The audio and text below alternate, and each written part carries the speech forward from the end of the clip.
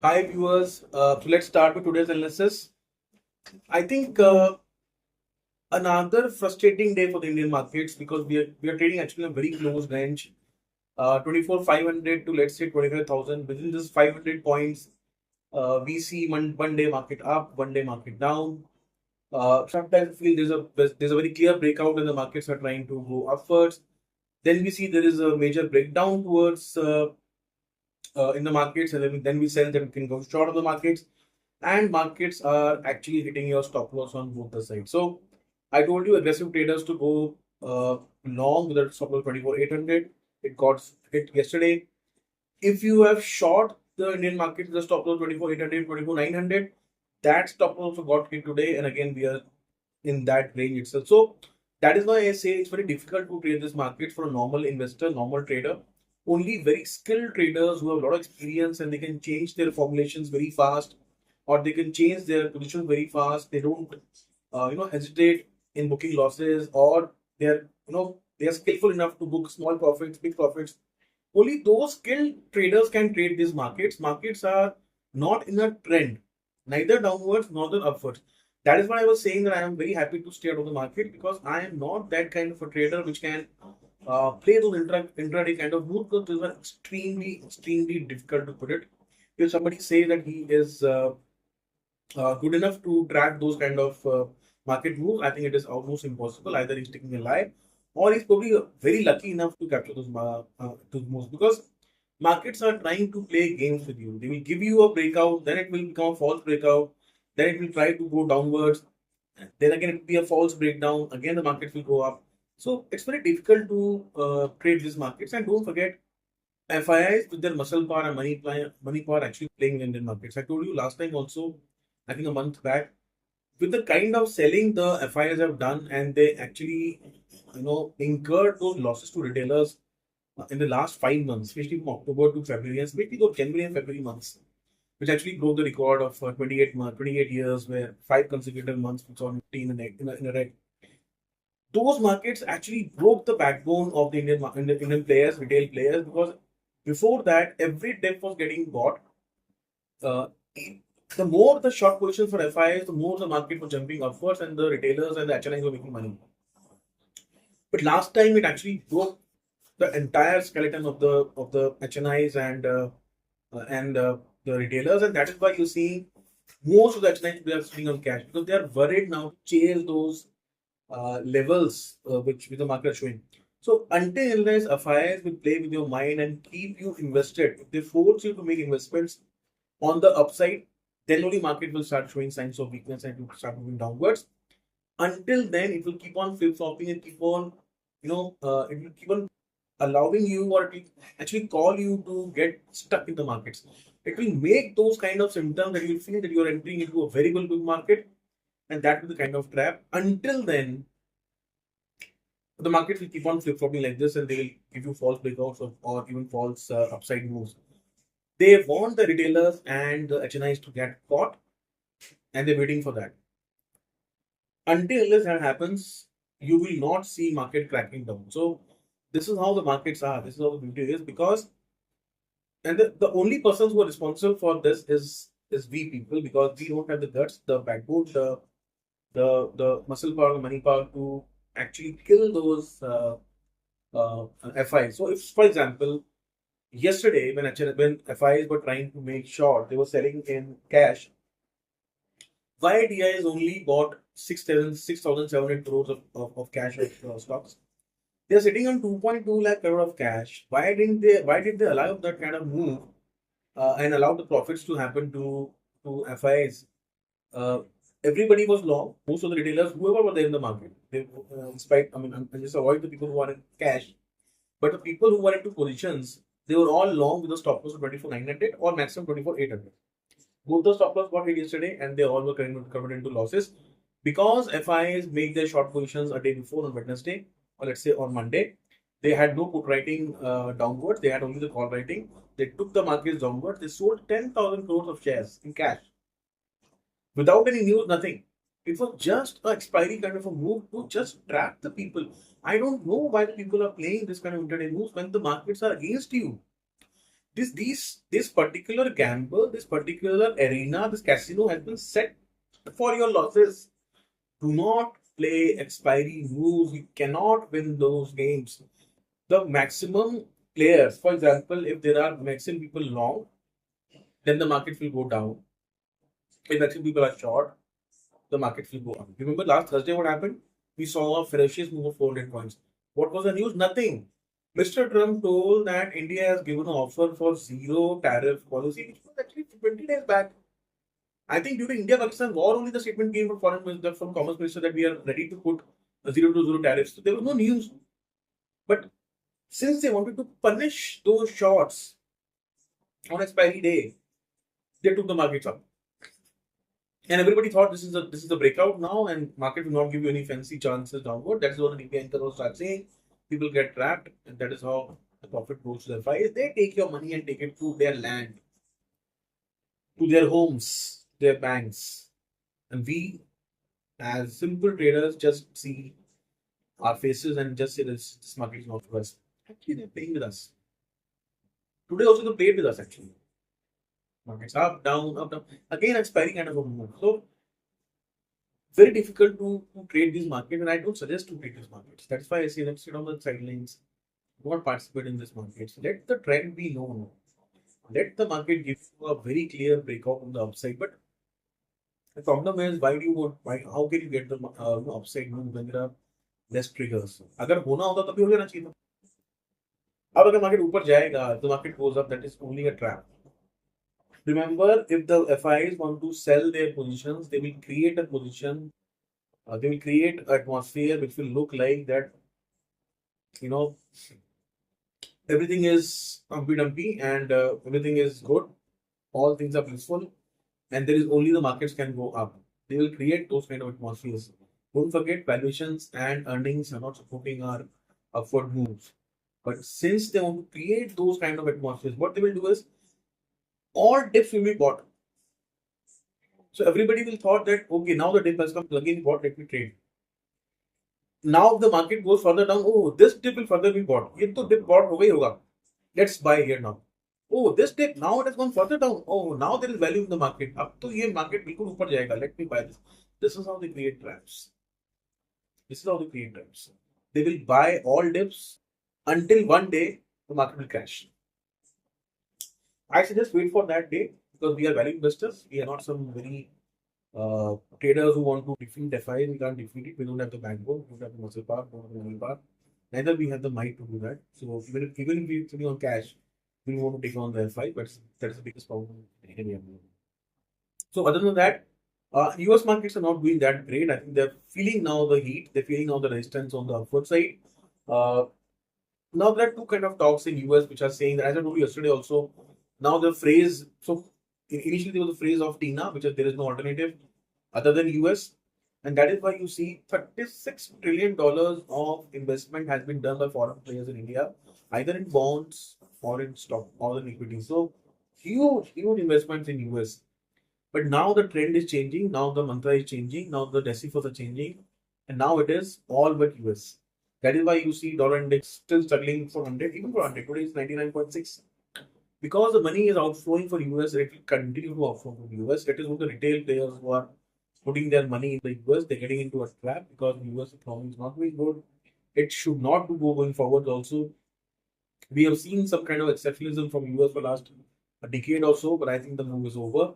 And I don't see the US markets going forward. It's all froth which can take the market forward. Nothing more than that, because the economy should slow down from here. Unemployment should increase. Tariff should create a problem like inflation and all. I don't think now most of the Fed, commentators are saying that they don't see any rate cut before September, which means the rates will still remain high. If US has to, they have $6 trillion of debt which has to be refinanced. They have to refinance those debt levels at very, very high interest rates, which means today US is servicing around $1 trillion of debt per year. It can increase up to 1.5 or more than that, $1 trillion per year. Don't forget, the fiscal deficit is still around 6.5%, which means more debt will continue to be taken, more printing will still be done, which means more debt, more interest, and it's a circle now, because the spending cannot go down. The government spending is still on the elevated levels. You're not seeing much of an income, and this is how the economy will survive. Don't forget, people are still living on credit cards. Uh, their money get exhausted in just 20-25 days of the month. They don't do any savings. And they are in a bad state. There's no doubt at all that they're in a bad state. Can it affect the entire market? Sure, it can affect the entire market. So if something crashes down drastically, if something spherical happens, then we'll see a bigger impact. But we don't know what that day can be, and nobody can anticipate that till that time. Let's say you know the party and be invested in the equity markets. That's what we can do. The problem is you don't have any value buying nowadays. Gold is still trading at all-time high, near all-time highs. Silver is trading at near all-time highs. Uh, Bond yields in the US is continuously increasing. Today it's around 4.53, 4.55. These kind of high elevated bond yields are showing you a picture that the markets are uh, not a very good kind of a markets. If the money is flowing into a lot of bond buying, I think it is giving you a picture which is not so healthy. And according to me, it is better to just stay out of the markets, wait for some deeper correction, some event to happen. I don't know whether any global crisis will happen or not. Many of the pundits are predicting that there is some kind of global crisis which can happen in this financial year. Let's see whether it happens or not. I cannot predict it. Nobody can predict it. But still, let us wait for correction. That's the best way to enter into the market. At least we'll save some losses by doing that. There can be event which can bring down those corrections, and it can happen because the world is still in disorder. Yesterday also I talked about it, so I don't repeat those things again. But this is how it is. Uh, Markets are feeling some kind of resistance. US markets also, they're not finding any trigger to go upwards. Let's see how it goes. But yes, the $36 trillion of money which is invested in US is the problem because that money can start coming out very fast. The problem is if the money comes out, there is no arena to invest. Some money is going in Swiss franc, but it's very small amount which can be absorbed. Some money is going to equity in the emerging markets. I think around $1.6 trillion of money has gone to equity in the emerging market for last 1 month. Out of that, I think India has received only 277, $300 million. Japan is creating a problem because Japan bond yields are at all-time high. Their interest rates are high. It's on the increasing trend. Japan is also doing quantitative tightening now to bring down the inflation. So if the Japanese bond yields go up, the problem is the carry forward trade, which is happening by taking loans from the Japanese banks at very low interest rates and investing in Nasdaq or tech stocks or elsewhere in the equity market or other asset classes. That will create a problem because now you need more return to pay off or set off that kind of higher bond yield. So the markets try to, or let's say they want to explore more uh, valuable or let's say big yielding options, but they're not. Actually, there is not. So that is creating a problem. That is creating some kind of FOMO, and I don't know, so many sort of money chasing so many less asset because the problem is 15-20 billion dollars of selling is continuously done monthly by Chinese people from US bonds. As I told you yesterday, also now they're the third highest bond holders. Initially they were second. They have now gone below UK. So if China is selling US bonds, if people want to come out of US bonds, so where that money will be parked? The problem is that it's a low interest rate cycle.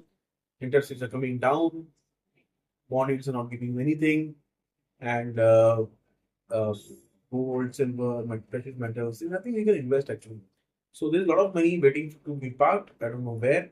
That is what is keeping the Indian markets also pretty healthy nowadays. Otherwise, the market would have just collapsed.